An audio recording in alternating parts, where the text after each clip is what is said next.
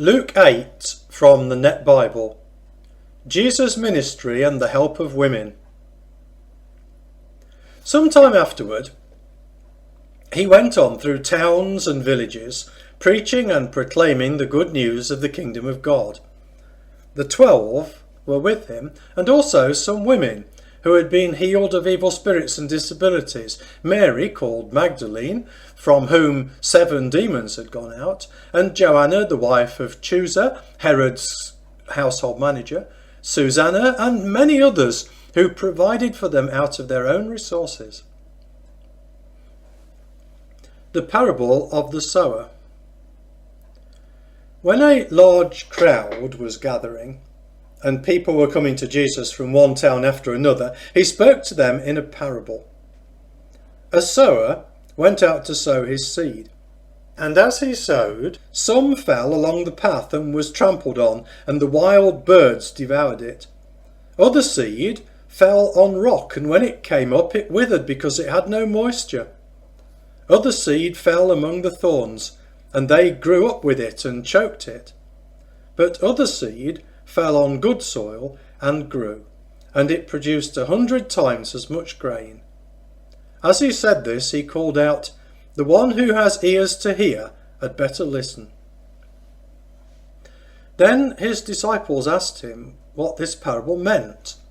He said, "You've been given the opportunity to know the secrets of the kingdom of God, but for others they are in parables, so that although they see, they may not see, and although they hear, they may not understand." Now, the parable means this. The seed is the word of God. Those along the path are the ones who have heard. Then the devil comes and takes away the word from their hearts, so that they may not believe and be saved.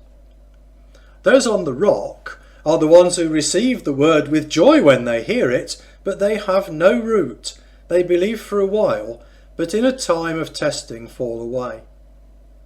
As for the seed that fell among thorns, these are the ones who hear, but as they go on their way, they're choked by the worries and riches and pleasures of life, and their fruit does not mature.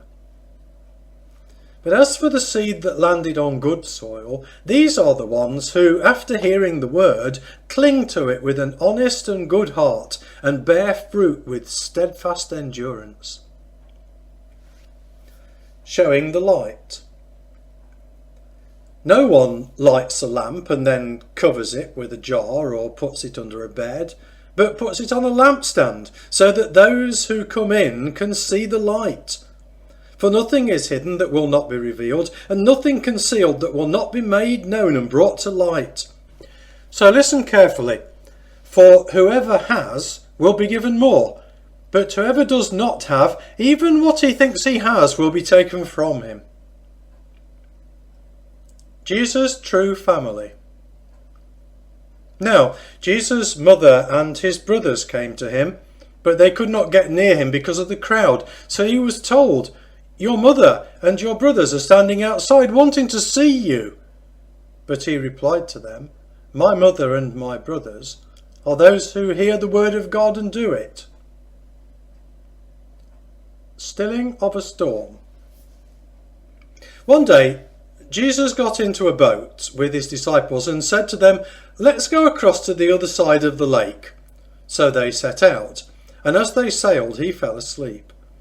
Now, a violent windstorm came down on the lake, and the boat started filling up with water, and they were in danger. They came and woke him, saying, "Master, Master, we are about to die." So he got up and rebuked the wind and the raging waves. They died down, and it was calm. Then he said to them, "Where is your faith?" But they were afraid and amazed, saying to one another, "Who then is this? He commands even the winds and the water, and they obey him." Healing of a demoniac. So they sailed over to the region of the Gerasenes, which is opposite Galilee. As Jesus stepped ashore, a certain man from the town met him who was possessed by demons. For a long time this man had worn no clothes and had not lived in a house but among the tombs. When he saw Jesus, he cried out, fell down before him, and shouted with a loud voice, "Leave me alone, Jesus, Son of the Most High God. I beg you, do not torment me."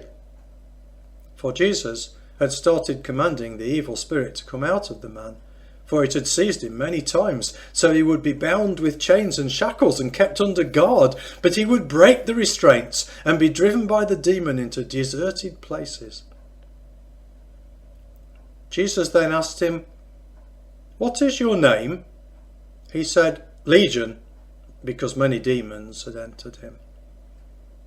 And they began to beg him not to order them to depart into the abyss. Now, a large herd of pigs was feeding there on the hillside, and the demonic spirits begged Jesus to let them go into them. He gave them permission. So the demons came out of the man and went into the pigs, and the herd of pigs rushed down the steep slope into the lake and drowned.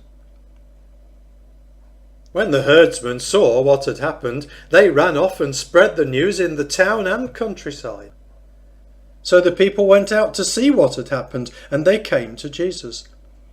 They found the man from whom the demons had gone out, sitting at Jesus' feet, clothed and in his right mind, and they were afraid.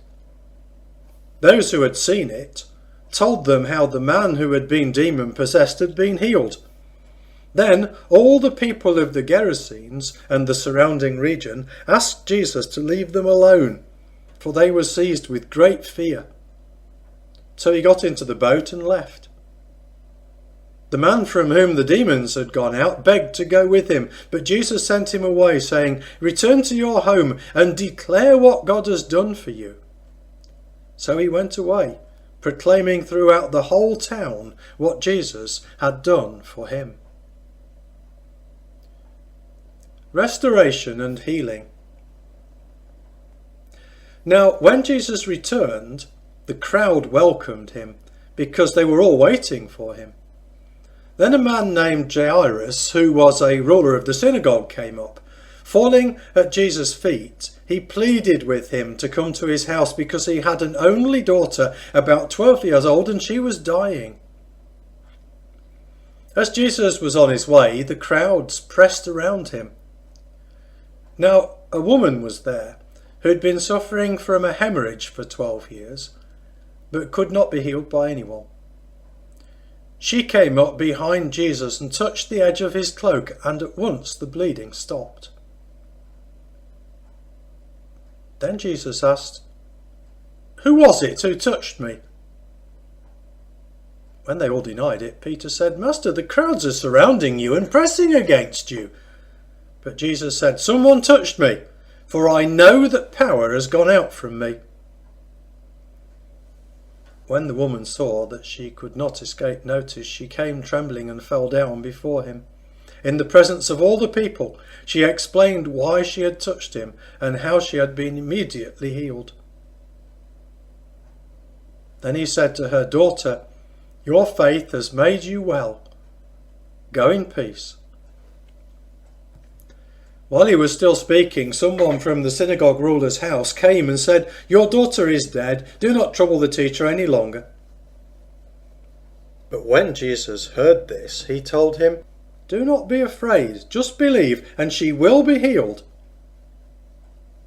Now when he came to the house, Jesus did not let anyone go in with him except Peter, John, and James, and the child's father and mother. Now they were all wailing and mourning for her, but he said, "Stop your weeping. She is not dead, but asleep." And they began making fun of him, because they knew that she was dead. But Jesus gently took her by the hand and said, "Child, get up." Her spirit returned, and she got up immediately. Then he told them to give her something to eat. Her parents were astonished, but he ordered them to tell no one what had happened.